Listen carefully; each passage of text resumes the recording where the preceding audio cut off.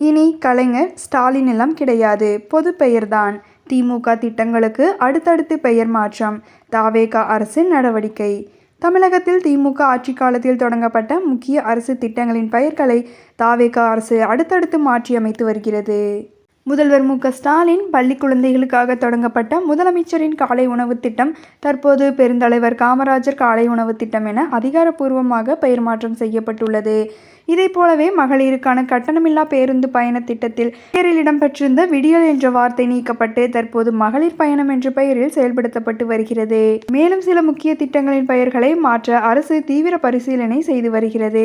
இளைஞர்களின் திறன் மேம்பாட்டிற்கு கொண்டு வரப்பட்ட நான் முதல்வன் திட்டம் இனி திறன் தமிழ்நாடு என்ற பெயருக்கு மாற்றப்பட உள்ளது. மகளிருக்கு மாதம் ரூ.1000 வழங்கும் கலைஞர் மகளிர் உரிமை தொகை திட்டத்தை மதிப்புமிகு மகளிர் திட்டம் என பெயர் மாற்றம் செய்ய அரசு பரிசீலித்து வருகிறது. அரசின் இந்த தொடர் பெயர் மாற்ற நடவடிக்கைகள் தமிழக அரசியல் களத்தில் முக்கிய விவாத பொருளாக மாறியுள்ளன.